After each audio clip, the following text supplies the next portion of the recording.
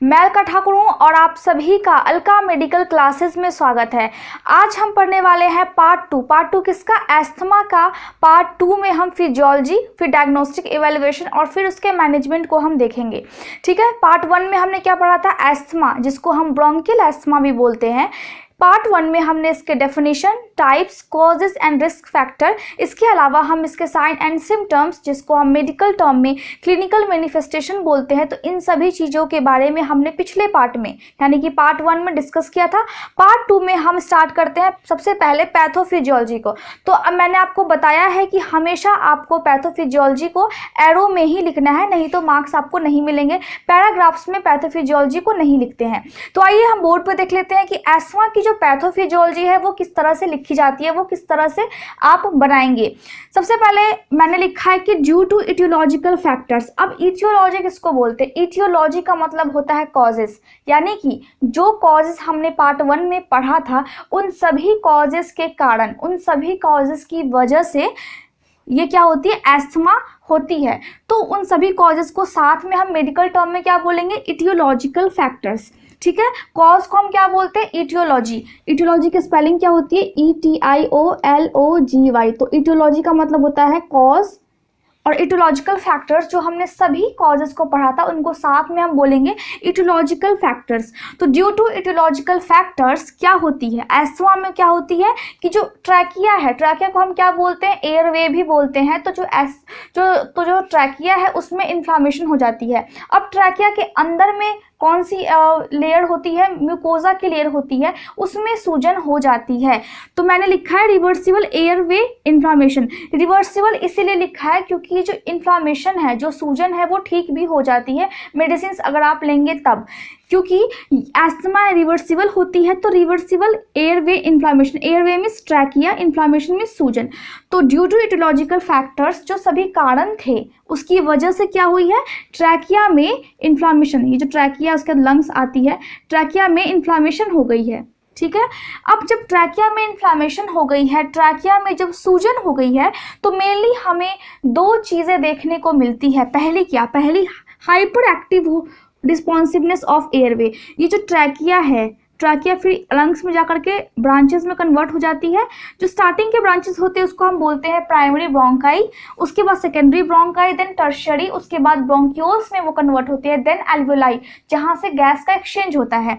तो hyper active responsiveness of airway, तो ये जो एयरवे है जिससे हवा जा रही है लंग्स में, ये कुछ ज़्यादा ही हाइपर एक्टिव, मतलब कुछ ज़्यादा ही रिस्पॉन्स करने लगती है किसी एलर्जन से, जो कि एलर्जी पैदा करती है। जो चीज़ें उनके कॉन्टेक्ट में आने से कुछ ज़्यादा ही ये रिस्पॉन्स करती है। जब ये बहुत ज़्यादा रिस्पॉन्स करती है तो क्या होती है? इसकी जो अंदर वाली लाइनिंग है, लाइनिंग किसकी बनी होती है? म्यूकोजा की। तो वो जो लाइनिंग है उसमें स्वेलिंग हो जाती है, मतलब इन्फ्लामेशन हो जाती है।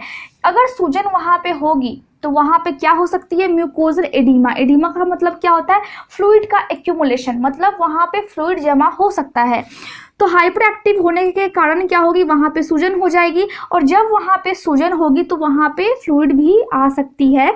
उसके बाद जब वहाँ पे फ्लूइड भर जाएगा या फिर जब वहाँ पे सूजन हो जाएगा तो क्या हो सकती है कि जो स्मूथ मसल्स हैं, जो कि लंग्स में होते हैं स्मूथ मसल्स, ठीक है, वहाँ पे कॉन्ट्रैक्शन करना स्टार्ट हो जाएंगे। मतलब जो मसल्स है वो ऐसे ऐसे कॉन्ट्रैक्ट करना स्टार्ट हो जाएंगे। उस टर्म को हम क्या बोलते हैं? ब्रोंकोस्पाज। मतलब ब्रोंक, जो लंग्स में जो ब्रोंकीज पाई जाती है उसमें स्पाज मतलब कॉन्ट्रैक्शन होने लगती है। जब कॉन्ट्रैक्शन होगी तो उसके बाद क्या होगी? Production of thick tenacious sputum. अब टीनेसिस का मतलब क्या होता है? बहुत ही स्ट्रॉन्ग जो येलो कलर की जो कफ निकलती है। कभी आप नोटिस किए होंगे जब आपको खांसी होती है और जो वो लंबे समय तक रहती है तो कफ निकलता है मुंह से, वो कैसा होता है? वो वाइटिश डिस्चार्ज होता है और थोड़ा सा वो येलोइश भी होता है। तो वहाँ पे प्रोडक्शन, यानी कि थिक मतलब मोटा, ये गाढ़ा, स्पूटम मीन्स कफ, कफ बनना स्टार्ट हो जाएगा। वहाँ पे कहाँ पे बनना स्टार्ट हो जाएगा?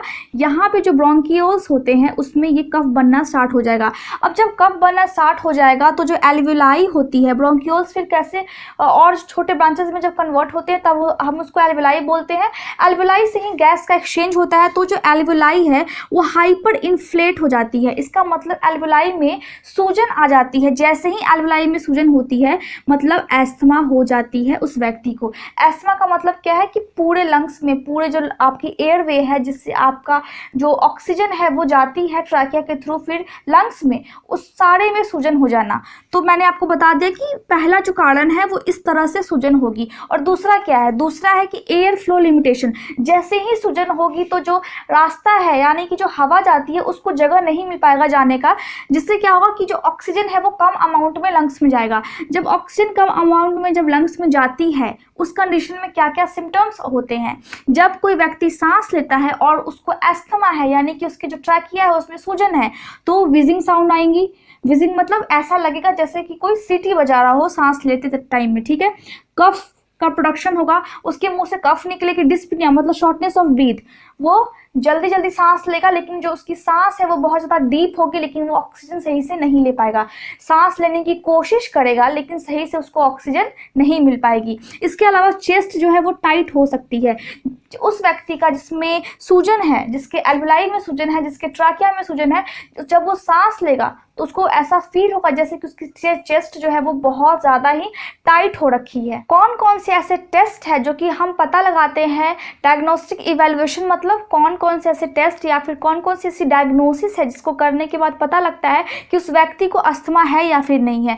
हम अस्थमा को चेक करने के लिए सबसे पहले उस व्यक्ति का हम क्या करते हैं, medical history, detailed medical history लेते हैं। Detailed medical history means past में उसको क्या प्रॉब्लम्स थी, क्या उसको पहले से अस्थमा थी या फिर अभी है, या फिर आने वाले दिनों में क्या हो सकती है, क्या क्या सिम्टम्स अभी है उसके बॉडी में, या फिर उसकी जो फैमिली है उसमें से किसी को है या फिर नहीं है, उसके माता पिता को कभी अस्थमा हुई है या फिर नहीं हुई है।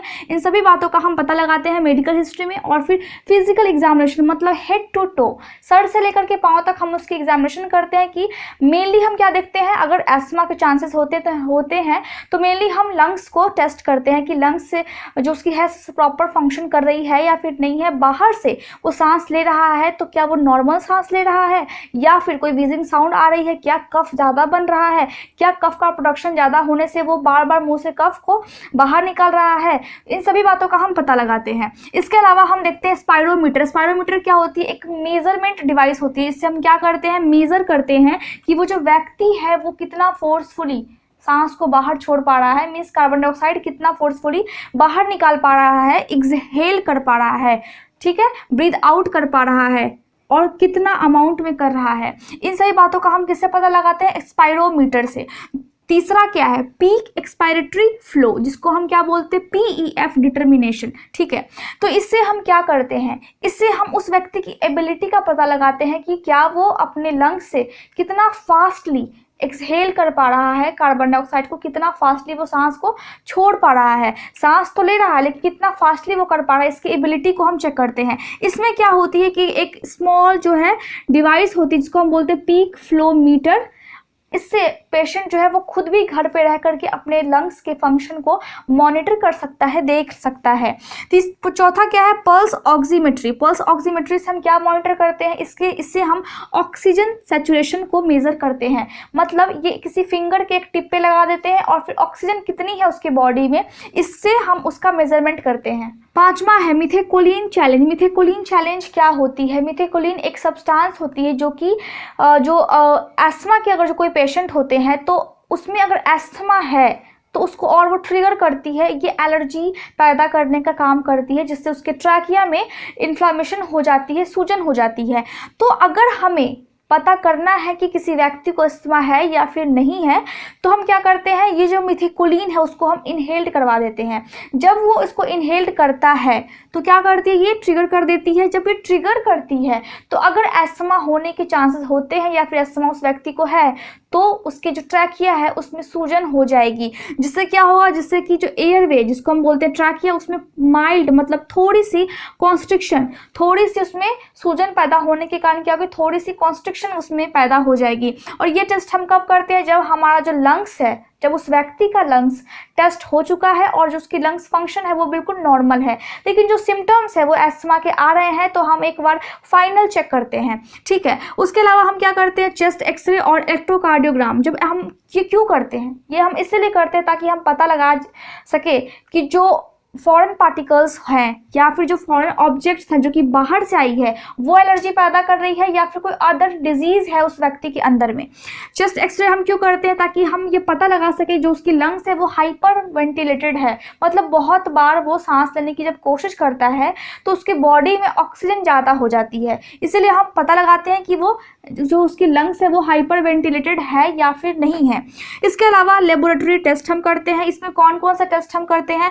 एलर्जी ब्लड टेस्टिंग, इसमें हम ब्लड टेस्ट करते हैं। ब्लड में हम क्या पता लगाते हैं कि ब्लड में कोई एलर्जी है या फिर नहीं है।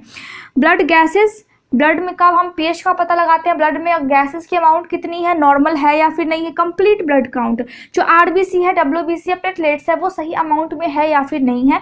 स्पूटम कल्चर, स्पूटम मतलब जो कफ होती है उसका हम एग्जामिनेशन करते हैं कि स्पूटम में कोई बैक्टीरिया का इन्फेक्शन तो नहीं है।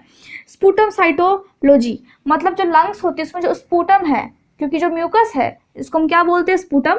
जो म्यूकस है उसको हम अच्छे से चेक करते हैं कि उसमें कोई भी अदर बैक्टीरिया या फिर कोई अदर डिजीज की वजह से तो कुछ एक्स्ट्रा प्रोडक्शन तो नहीं हो रही है, उसके जो सेल्स होते हैं उसको हम चेक करते हैं। तो इस तरह से हम लेबोरेटरी टेस्ट भी कर लेते हैं। अब हम बात कर लेते हैं एस्थमा एक्शन प्लान की। एस्थमा एक्शन प्लान क्या है? इसमें हम एस्थमा की सिवियरिटी को चेक करते हैं। अगर किसी व्यक्ति को अस्थमा है तो हम क्या करते हैं? एस्थमा एक्शन प्लान के थ्रू हम इसकी सिवियरिटी को चेक करते हैं, ताकि जो इसकी सिवियरिटी है उसके अकॉर्डिंग डॉक्टर्स मेडिसिन प्रिस्क्राइब करते हैं और उसको क्या क्या ट्रीटमेंट उस टाइम में देना चाहिए, ये हमें समझ में आता है, एक नर्स को समझ में आता है। ठीक है, तो हम इसमें एस्थमा जोन्स देखते हैं। एस्थमा जोन्स को हम 3 कैटेगरीज में डिवाइड करते हैं। सबसे पहला क्या है? Green zone, yellow zone and red zone. अगर किसी व्यक्ति को अस्थमा है तो जो वो अगर वो ग्रीन जोन में, इसका मतलब है कि एस्थमा अभी नॉर्मल कंडीशन में है। इसका मतलब है कि जो एस्थमा है उसके कोई भी सिम्टम्स नहीं है दिन और रात में, और जो व्यक्ति है वो लगभग जो डेली एक्टिविटीज़ है बहुत ज़्यादा भारी नहीं, जो नॉर्मल जो एक्टिविटीज़ होती है डेली लाइफ में उसको कर पाने में सक्षम है, वो कर सकता है। ठीक है, येलो जोन का मतलब क्या है कि जो एस्थमा है वो खराब हो रही है, वो मतलब उसकी जो स्थिति है दिन पर दिन खराब हो रही है, जिसमें क्या होती है? कफिंग होती है, उस व्यक्ति को वीजिंग साउंड निकलती है और सांस लेने में दिक्कत महसूस होती है। शॉर्टनेस ऑफ ब्रीथ को मेडिकल टर्म में क्या बोलते हैं? डिस्पनिया। ठीक है, उसके बाद walking at night due to asthma symptoms, और वो जो व्यक्ति है जिसमें एस्थमा है और वो येलो जोन में अगर वो होगा, इसका क्या मतलब है कि वो रात में चलेगा। कब? जब उसको एस्थमा के सिम्टम्स आएंगे, अटैक आएंगे, तब वो चलेगा। ठीक है, ये व्यक्ति जो है जिसको येलो जोन में, अब जो है व्यक्ति जिसको एस्थमा है वो सभी काम को तो नहीं कर पाएगा, लेकिन कुछ नॉर्मल काम को वो कर सकता है, लेकिन सभी काम वो खुद से नहीं कर पाएगा क्योंकि उसको एस्थमा है। मीन्स उसको बहुत ज़्यादा इरिटेशन हो रही है, गले में कफिंग हो रही है, उसके अलावा वो क्या होती है? विजिंग साउंड निकल रही है, शॉर्टनेस ऑफ ब्रीथ हो रही है। तो इन सभी के कारण उसको डिस्टर्बेंस होती रहेंगी। ठीक है, अपना काम सही से नहीं कर पाएगा। जो व्यक्ति रेड जोन में है, जो इसका मतलब है कि एस्थमा का जो है बिल्कुल सीवियर कंडीशन है, मतलब मेडिकल अलर्ट। इसमें क्या होती है? बहुत ज़्यादा शॉर्ट ब्रीथ हो जाती है, उसको सांस लेने में थोड़ा भी नहीं बनता है, वो थोड़ा भी सांस नहीं ले पाता है, और इसमें जो क्विक रिलीफ जो मेडिकेशंस होते हैं ये हेल्पफुल नहीं होते हैं। अगर एस्थमा की सिवियरिटी अगर रेड जोन तक पहुंच गई है तो जो मेडिकेशंस होते हैं जो तो एस्थमा में, एस्थमा के अटैक में तुरंत आराम पहुंचाते हैं पेशेंट को, वो मेडिसिन इसमें कामगर नहीं होती है, वो कारगर नहीं होती है। इसमें जो व्यक्ति होता है वो कोई भी एक्टिविटीज़ को, कोई भी नॉर्मल एक्टिविटीज़ को कर पाने में सक्षम नहीं होता है। तो इस तरह हम देखते हैं कि एस्थमा के 3 जोन्स हैं, और एस्थमा की जो सिवियरिटी है हम इन जोन्स के थ्रू चेक कर सकते हैं। इसके अकॉर्डिंग ही मेडिसिन और इसके अकॉर्डिंग ही इसके सिम्टम्स को देखने के बाद ही ट्रीटमेंट प्रोवाइड की जाती है उस व्यक्ति को। मेडिकल मैनेजमेंट में हम क्या क्या कर सकते हैं? सबसे पहले हम देख रहे हैं कि जो मेडिकल मैनेजमेंट हम करते हैं, अगर किसी व्यक्ति को अस्थमा है तो हम मेडिकल मैनेजमेंट करने से पहले हम एक गोल को सेट करते हैं कि ये चीज़ें हमें करनी है जिससे कि अस्थमा के सिम्टम्स चले जाएंगे। तो गोल क्या क्या हमें सेट करनी है? सबसे पहला, प्रमोट ब्रोंकोडायलेशन। जो ब्रोंकाई में जो कॉन्स्ट्रिक्शंस हो गई है, जो वहाँ पे सूजन्स हो गई है ट्रैकिया में, ट्रैकिया फिर ब्रांचेस में कन्वर्ट हो जाती है, जिसको लास्ट टाइम क्या बोलते हैं, छोटे छोटे ब्रांचेस जिसको हम बोलते हैं ब्रोंकी। तो उसमें सूजन होने के कारण क्या होती है? कॉन्स्ट्रिक्शन हो जाती है, वो नैरो हो जाती है। तो उसको क्या करना है? उस सूजन को कम करना है। ठीक है, रिड्यूस इन्फ्लामेशन। जो इन्फ्लामेशन हो गई है म्यूकोजा में, जो अंदर वाली जो लाइनिंग होती है ट्रैकिया की, वो म्यूकोजा की बनी होती है। तो जो म्यूकोजा यानी कि जो म्यूकोजल लाइनिंग है उसमें जो सूजन हो गई है उसको हमें कम करना है, रिड्यूस करना है। जो एडिमा हो गई उसको हमें कम करनी है, रिमूव सिक्रेशन, जो कफ बन रहे हैं, जो स्पूटम हो रही है, एक्स्ट्रा स्पूटम, उसको भी हमें रिमूव करनी है। Prevent on going and bothersome symptoms, जो भी अभी सिम्टम्स हो रहे हैं एस्मा की वजह से उस व्यक्ति में, ठीक है। इसके अलावा जो सिम्टम्स उसको बहुत ज़्यादा परेशान कर रही है उसको फिर क्या करना है, उससे उसको बचाना है। उसके अलावा क्या करनी है, प्रिवेंट एस्मा अटैक, पेशेंट को एस्मा की अटैक ना आ जाए इससे भी हमें उस पेशेंट को बचाना है, उससे ट्रीटमेंट हम उससे अच्छे से करना है। मेंटेन नॉर्मल और नियर नॉर्मल लंग फंक्शन, और हमें कोशिश ये करना है मैनेजमेंट, यानी कि अगर हमें दवाइयाँ देते हैं किसी व्यक्ति को तो हमें कोशिश ये करनी है कि जो उसकी लंग्स है वो नॉर्मल फंक्शन करे या फिर लगभग नॉर्मल फंक्शन के बराबर काम करे। और हमें ये कोशिश करनी है कि हम जो भी मेडिसिन प्रिस्क्राइब करते हैं उसके जो साइड इफ़ेक्ट्स हैं वो कम से कम हो। इसके अलावा हम क्या क्या मैनेजमेंट कर सकते हैं, ठीक है। मेडिकल मैनेजमेंट में हम ये करेंगे कि एविडेंस ऑफ ट्रिगर्स, जो भी चीज़ें पेशेंट को ट्रिगर करती है, जो भी एस्मा के अटैक को जो भी ट्रिगर करता है उससे उसको क्या बोलेंगे कि बच करके रहना है। क्या क्या हो सकती है, कुछ मेडिसिन हो सकती है, कुछ पॉल्यूशन हो सकती है, फॉर एग्जांपल एयर पॉल्यूशन, जो पशु के जो रोए होते हैं, फिदर्स होती है, जो मौसम खराब होते हैं, तो उसमें उसको बताना है कि आपको क्या क्या चीज़ें करनी है, किस तरह से आपको खुद को रखना है ताकि जो एस्मा है उसकी अटैक्स ना हो, जो एस्मा है उसकी एलर्जीज ना हो। आप एलर्जी के कॉन्टेक्ट में जाइए ही मत जिससे कि एस्मा होने के चांसेस हो, ठीक है।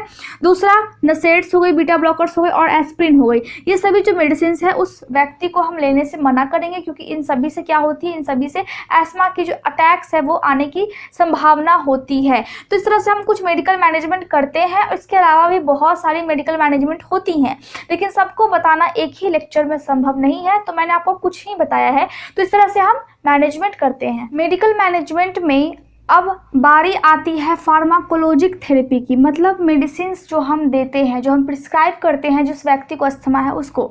तो जो एस्मा की जो हम कंडीशन होती है, जो एस्मा को जब हम ठीक करते हैं तो वो दो टाइप के मेडिसिन से हम ठीक कर सकते हैं, ठीक है।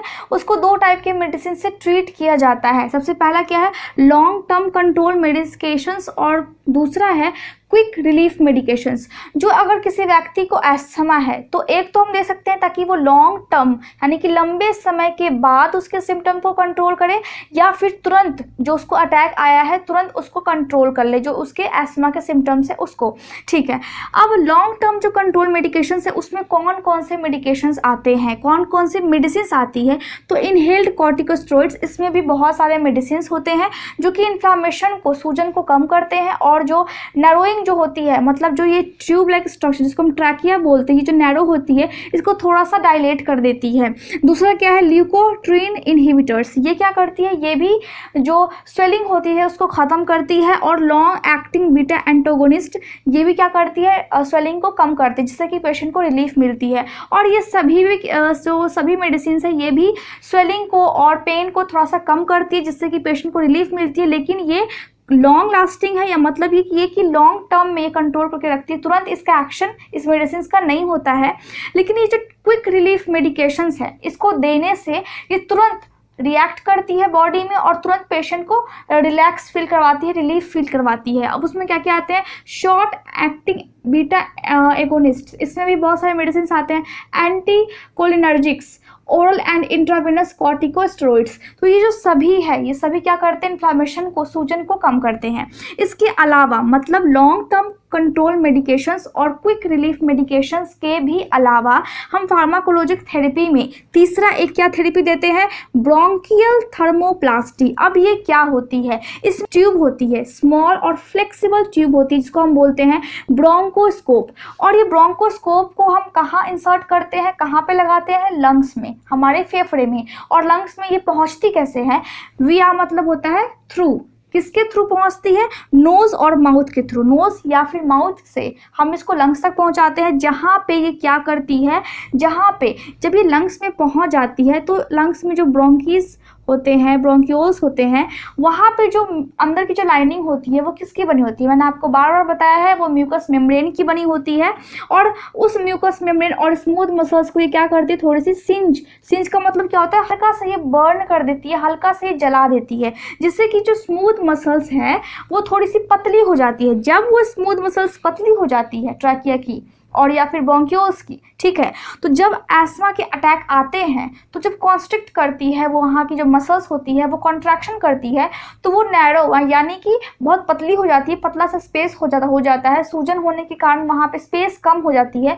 तो जब अगर स्मूथ मसल से जब अगर पतली हो जाएगी तो वो बहुत ज़्यादा नैरो नहीं हो पाएगी। अगर कितने भी अटैक्स आए तो वो जो साइज़ है उसकी बहुत ज़्यादा वो पतली नहीं हो पाएगी। क्यों? क्योंकि वहाँ पे यहाँ पे एक जो ब्रोंकोस्कोप है उसके द्वारा क्या किया गया है? सिंज किया गया है, मतलब उसको हल्का सा बर्न कर दिया गया है उस स्मूथ मसल्स को, जिससे वो स्मूथ मसल थिन हो गई है। तो इस तरह हम देखते हैं कि जो मेडिकल मैनेजमेंट है उसमें फार्माकोलॉजिक थेरेपी में 3 टाइप की थेरेपी हमने देखी। लॉन्ग टर्म कंट्रोल मेडिकेशन दे सकते हैं, क्विक रिलीफ मेडिकेशन दे सकते हैं, या अगर इन दोनों से काम नहीं बनता है तो हम ब्रोंकियल थर्मोप्लास्टी दे सकते हैं। मेडिसिन के अलावा हम और क्या क्या ट्रीटमेंट पेशेंट को दे सकते हैं, जिसको हम बोलते हैं नॉन फार्माकोलॉजिक इंटरवेंशंस, यानी कि जिसमें मेडिसिन नहीं दिया जाता है।